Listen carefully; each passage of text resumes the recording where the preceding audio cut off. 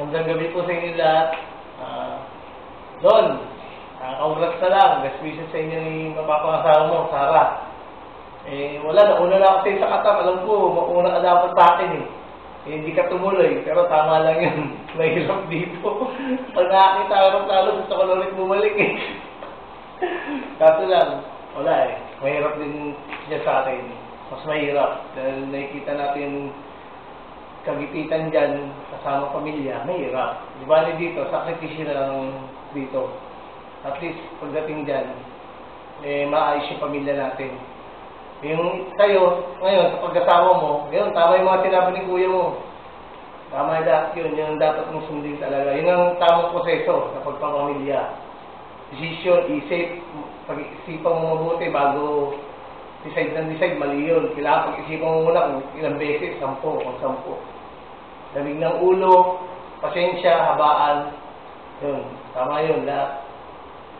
Sa akin, ngayon, pasalamat na lang akong mabuti ngayon sa pamilya ninyo, lalo kay papa mo, kay Ate Mimi. Ate Mimi, nandito na ako. Hindi na ako nagpatis din sa airport kahit gusto nyo kasi wala eh, magkakaiyakan lang lalo eh.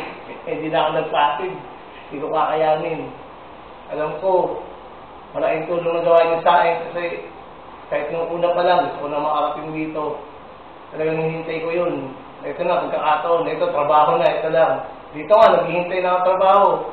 Hindi pa kami gumagawa, pero nakasweldo na kami lahat. Dito na, binabayaran na kami araw namin. Kaya na yung pasalamat ko na. Kasama ko na sila Marvin, si Kuya Ray, si Kuya. Nandito lahat. Ngayon, nandito ako sa condominium nila. Kasama ako nila rito. Ayun, kaya masaya ako. Papasyal-pasyal nga lang ako eh. Ito na nga. Masaya ako rito. Yun lang. Kung siguro may pagkakataon mapanood din ito ng sila Nanay Inday na bunso.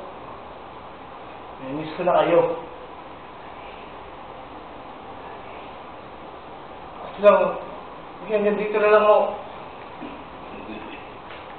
Okay na po sa mama.